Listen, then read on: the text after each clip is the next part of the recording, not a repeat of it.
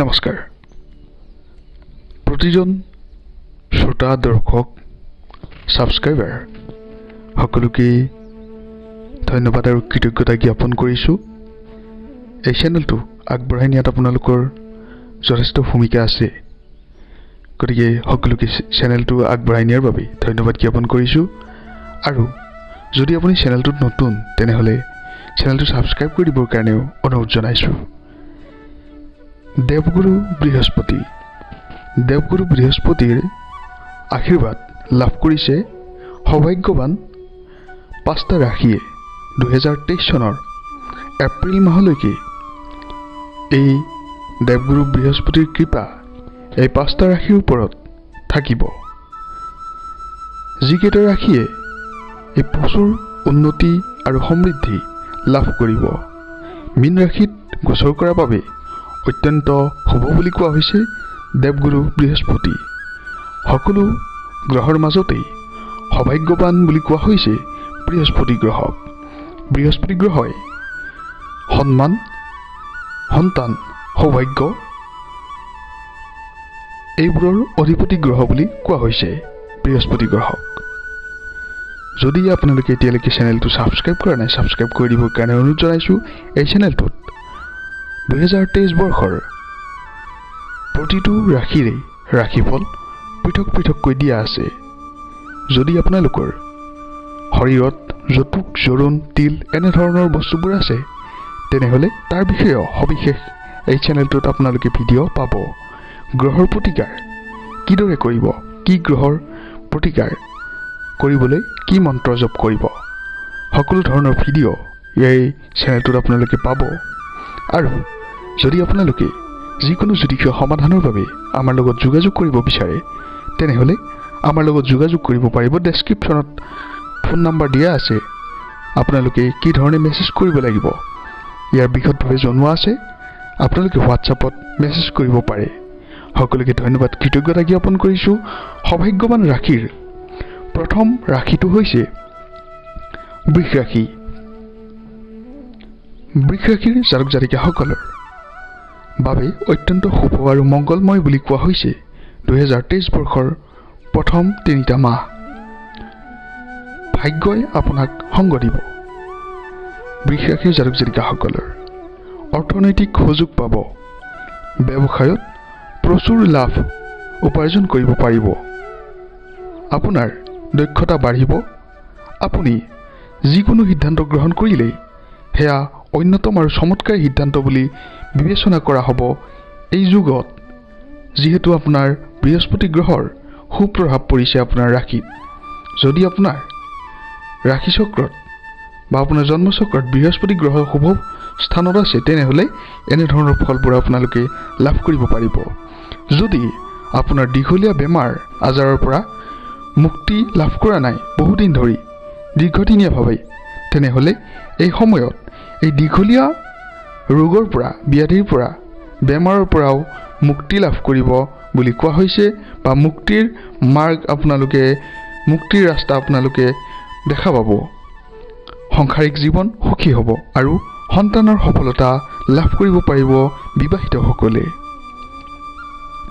দ্বিতীয় ৰাশি হৈছে কৰ্কট ৰাশিৰ জাতক জাতিকাসকলো এই বৃহস্পতি গ্ৰহৰ কৃপা দৃষ্টি লাভ কৰিছে 2023 বৰ্ষত বৃহস্পতি গ্ৰহৰ এই গমন আপোনাৰ বাবে সকলোতকৈ শুভ আৰু মংগলময় বুলি কোৱা হৈছে এই সময়ত আপোনাৰ অলেখ উন্নতি কৰিব পাৰিব আপুনি সন্মান লাভ আৰু সম্পদ লাভ চাকৰি ব্যৱসায়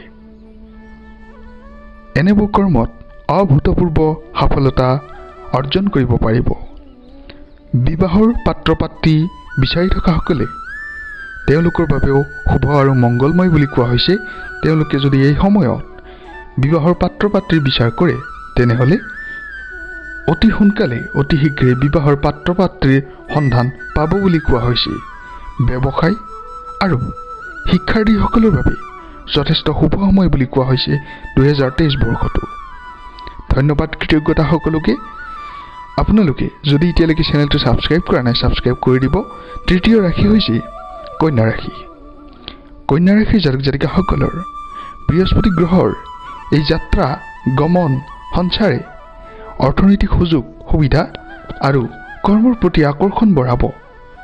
যান বাহন আপোনালোকে ক্ৰয় কৰিব পাৰিব। মান সন্মান পদ আৰু প্ৰতিষ্ঠা লাভ কৰিব বুলি কোৱা হৈছে। অংশীদাৰী ব্যৱসায়ত সফলতা লাভ বুলি কোৱা হৈছে।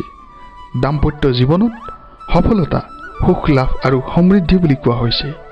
জ্ঞান বুদ্ধিৰে ৰজাকো হাতত ৰাখিব পাৰিব। কন্যা ৰাশিৰ জাতক জাতিকাসকলে এনে সময়ত এনেধৰণৰ সৌভাগ্যৰ যুগ আপোনালোকৰ বৃহস্পতি গ্ৰহৰ প্ৰভাৱত আপোনালোকে পাব। বিদ্যা যিসকল শিক্ষাৰ্থী বিদ্যা শিক্ষাত যথেষ্ট শুভ বুলি কোৱা হৈছে। চতুৰ্থ পঞ্চম ৰাশি হৈছে কুম্ভ ৰাশি। কুম্ভ ৰাশিৰ জাতক জাতিকাসকলো দেৱগুৰু বৃহস্পতিৰ কৃপা আপোনালোকৰ ওচৰত নিশ্চয়কৈ আছে। এই গমন সঞ্চাৰত অৰ্থনৈতিক দৃষ্টিকোণৰ পৰা আপোনালোকৰ যথেষ্ট উন্নতি কৰিব পাৰিব। সৰ্বোত্তম হ'ব বুলি কোৱা হৈছে। বেংক বেলেঞ্চ ধন টকা সম্পদ এনেবোৰ বস্তুৰ সমৃদ্ধি হ'ব বুলি কোৱা হৈছে। যান বাহন ক্ৰয়ত শুভ বুলি কোৱা হৈছে। মাটিজনিত সম্পত্তি যদি ক্ৰয় কৰিব বিচাৰি তেনেহ'লে শুভ আৰু মংগলময় সময় বুলি কোৱা হৈছে। চতুৰতা আৰু আকৰ্ষণ এনেধৰণৰ আপোনালোকৰ গুণৰ পৰা প্ৰশংসা লাভ কৰিব। চাকৰিত পদোন্নতি উন্নতি আৰু কৰ্মত যথেষ্ট উন্নতি নিশ্চিত বুলি কোৱা হৈছে। কুম্ভ ৰাশিৰ জাতক জাতিকাসকলৰ আহিছোঁ অন্তিমটো ৰাশি বৃশ্চিক ৰাশি। বৃশ্চিক ৰাশিৰ জাতক জাতিকাসকলৰ বৃহস্পতি গ্ৰহৰ সঞ্চাৰৰ ফলত বা গমনৰ ফলত সবাতোকৈ বেছি প্ৰভাৱ পৰিব বুলি কোৱা হৈছে। এই ৰাশিত বৃশ্চিক ৰাশিত বিশেষকৈ স্বাধীন ব্যৱসায়ী কৃষক ক্ষুদ্ৰ উদ্যোগী সকলৰ বাবে যথেষ্ট শুভ আৰু উন্নতিৰ যুগ বুলি কোৱা হৈছে। উন্নতিৰ যুগ আপোনালোকৰ প্ৰশস্ত হৈছে। অৰ্থৰ উন্নতি পদোন্নতি শিক্ষাৰ্থীৰ বাবে শুভ বুলি কোৱা হৈছে।